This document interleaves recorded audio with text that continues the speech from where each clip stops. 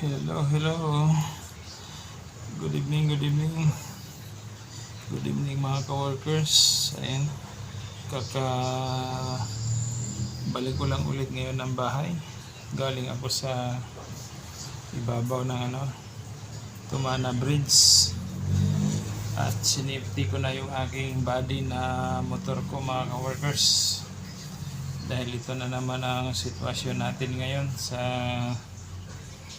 lugar natin kung saan tayo nangungupahan mga ka-workers. Dito sa bayan ng Marikina mga ka-workers. Update lang, update. Nakapagsikan alarm na ulit dito. So yun, dahil hindi natin masasabi ang panahon mga ka-workers, sinigurado na natin dahil yung mga kapitbahay natin dito mga ka-workers, ng kanya-kanya na rin ang akyat ng mga sasakyan nila sa ibabaw ng tulay dito sa may Tumana Bridge mga ka-workers.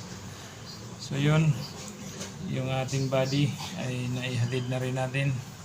So kababalik-balik ko lang dito sa loob ng bahay at ito na naman muli ang ating magiging sitwasyon ngayon. So antabay lang. Lord God, naway tumila na ang ulan. Alam mo naman na sa ibang lalawigan ngayon ng Pilipinas ay grabe na ang sinapit nila sa bagyo na ito. So sana huwag nang lumakas pa ulit dahil mahirap na. So ito kasi ka-workers, bubong na to. So may kalakasan din talaga yung hangin.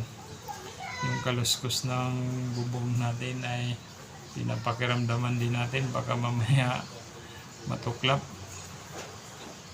Dahil natunog-tunog yung mga bubong natin dito sa taas mga ka-workers.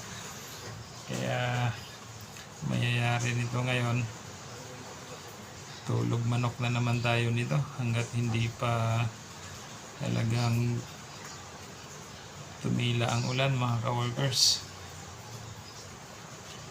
Lalo na kapag mag third alarm na itong yung sa ilog ng Marikina mga ka-workers, medyo hindi na goods ang condition kapag mag third alarm na. Kaya ito, hintay muna tayo. Maya pag makapag-init tayo ng tubig, magkakape muna tayo mga ka-workers.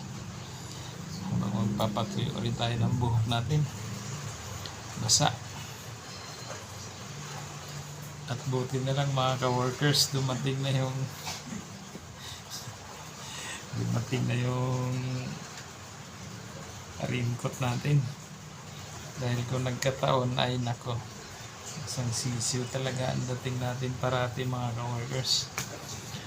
So yun, update lang mga ka-workers. Kayo dyan mga ka-workers, kumusta kayo sa kanya-kanyang mga lugar ninyo mga ka-workers?